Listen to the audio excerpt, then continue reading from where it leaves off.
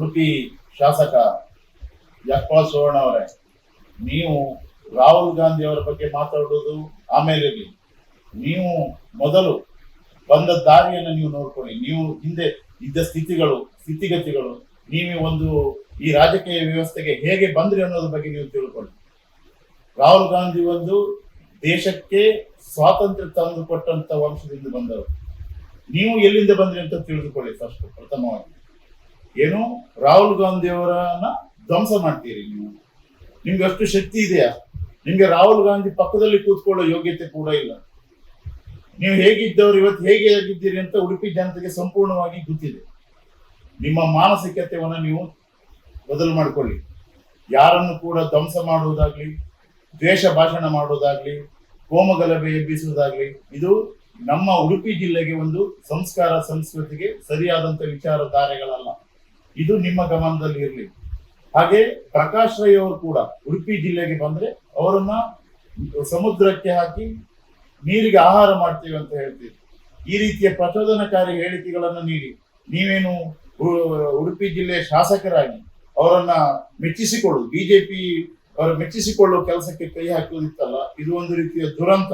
ನಿಮಗೆ ನೀವು ಗೆದ್ದಿದ್ದು ಮೋದಿ ಅವರ ಹೆಸರಿನಲ್ಲಿ ಅಂತ ಹೇಳೋದಂತ ಮರಿಬೇಡಿ. ಈಗ ಮುಂದಿನ ದಿನಗಳಲ್ಲಿ ಅವ್ರ ಹೆಸರು ಹೇಳಿದ್ರು ಕೂಡ ನೀವು ಗೆಲ್ಲುವ ಯೋಗ್ಯತೆ ಇಲ್ಲ. ನಿಮ್ಗೆ ಮೊದಲೇ ಹೆಸರು ಇಲ್ಲ, ನೀವು ಗೆಲ್ಲುವುದೂ ಇಲ್ಲ, ನಿಮ್ಗೆ ಸೀಟು ಇಲ್ಲ. ಹಾಗೆ ಮೋದಿ ಅವರ ಹೆಸರು ಹೇಳಿದ್ರು ಕೂಡ ನೀವು ಮುಂದಿನ ದಿನದಲ್ಲಿ ಚುನಾವಣೆ ಗೆಲ್ಲುವುದೂ ಇಲ್ಲ ನೀವು. ಯಾಕಂದ್ರೆ ಅವರು ಮಾಡಿದ ಭ್ರಷ್ಟಾಚಾರಗಳು ಎಲ್ಲವೂ ಕೂಡ ಇವತ್ತು ಜನತೆ ಸಂಪೂರ್ಣವಾಗಿ ನೋಡಿದ್ದಾರೆ. ಇವತ್ತು ನೀವು ಪ್ರತಿಭಟನೆ ಮಾಡಿದ್ರಿ. ಯಾರ ವಿರುದ್ಧ ಪ್ರತಿಭಟನೆ ಮಾಡಿದ್ರಿ? ನೀಟ್ ಅದನ್ನು ಪೇಪರ್ ಲೀಕ್ ಮಾಡಿದ್ಯಾರು? ಧರ್ಮೇಂದ್ರ ಪ್ರಧಾನ್ ರಾಜೀನಾಮೆ ಕೊಟ್ಟಿದ್ದಾರೆ. ಅವರೇ ತಪ್ಪಾಗಿದೆ ಅಂತ ಯಾರು ಕಾಂಗ್ರೆಸ್ನವರು ಹಾಗೆ ಸಿಜೆಪಿ ಅವರಿಗೆ ಕ್ಷಮೆಯಾಚನೆ ಮಾಡಿ ಅವರು ರಾಜೀನಾಮೆಯನ್ನು ಕೊಟ್ಟಿದ್ದಾರೆ. ನೀವೇ JP ನಡ್ಡಾ ಅವರು ಹೋಗಿ ಪ್ರತಿಭಟನಾಕಾರರಿಗೆ ಜ್ಯೂಸ್ ಕುಡಿಸಿದ್ದಾರೆ. ಮೋದಿ ಅವರು ಮಧ್ಯರಾತ್ರಿಯಲ್ಲಿ ಸೆಲ್ಫಿ ತೆಗಿಲಿಕ್ಕೆ ಬಂದು ಸೆಲ್ಫಿ ವಿಡಿಯೋ ಮಾಡಿ ಫ್ರೆಂಡ್ಸ್ ಅಂತ ಹೇಳಿದ್ದಾರೆ. ಹಾಗಾದ್ರೆ ಮೋದಿ ಫ್ರೆಂಡ್ಸ್ ಅಂತ ದೇಶದ್ರೋಹಿಗಳೀಗ ಫ್ರೆಂಡ್ಸ್ ಅಂತ ಹೇಳಿದ್ದು. ನಡ್ಡಾ ಚಾ ಕುಡಿಸಿದ ಜ್ಯೂಸ್ ಅನ್ನ ಕುಡಿಸಿದ್ರಲ್ಲ, ಅದೇನು ದೇಶದ್ರೋಹಿಗಳಿಗೆ ಜ್ಯೂಸ್ ಕುಡಿಸಿದ್ರು. ನೀವು ಉಡುಪಿ ಶಾಸಕರು ತಲೆ ಹಿಡಿಕನಂತೆ ಮಾತಾಡಿದ್ರೆ ಮುಂದಿನ ದಿನಗಳಲ್ಲಿ ನಿಮ್ಮ ವಿರುದ್ಧ ಹೋರಾಟ ಮಾಡ್ತೇವೆ ನಾವು. ನೀವು ಇವತ್ತು ಕೊಟ್ಟಂತ ಹೇಳಿಕೆಯನ್ನು ಸಹಿಸಿಕೊಳ್ಳಿಕ್ಕೆ ಆಗುದಿಲ್ಲ. ನಿಮ್ಗೆ ಇದಕ್ಕೆ ಮುಂದೆ ತಕ್ಕ ಉತ್ತರ ಕೊಡ್ತೇವೆ, ಜಾಗೃತರಾಗಿ. ನಮ್ಮ ಕಾರ್ಯಕ್ರಮಗಳನ್ನು ನೀವು ನೋಡ್ತಾ ಇದ್ರೆ ನಮ್ಮ ಚಾನೆಲ್ ಅನ್ನ ಸಬ್ಸ್ಕ್ರೈಬ್ ಮಾಡಿ, ಪಕ್ಕದ ಬೆಲ್ ಐಕಾನ್ ಒತ್ತಿ ನಮ್ಮನ್ನ ಬೆಂಬಲಿಸಿ.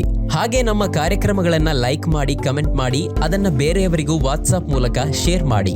ನೀವು ಹೀಗೆ ಮಾಡಿದಾಗ ನಮ್ಮ ಚಾನೆಲ್ ಮತ್ತಷ್ಟು ಜನರಿಗೆ ತಲುಪಲು ನೀವು ನಮ್ಮೊಂದಿಗೆ ಸಹಕರಿಸಿದ ಹಾಗಾಗುತ್ತೆ. ಇದು ನೀವು ಯಾವುದೇ ಖರ್ಚಿಲ್ಲದೆ ಕೆಲವೇ ಸೆಕೆಂಡುಗಳಲ್ಲಿ ನೀಡಬಹುದಾದ ಸಹಕಾರ. ಧನ್ಯವಾದಗಳು.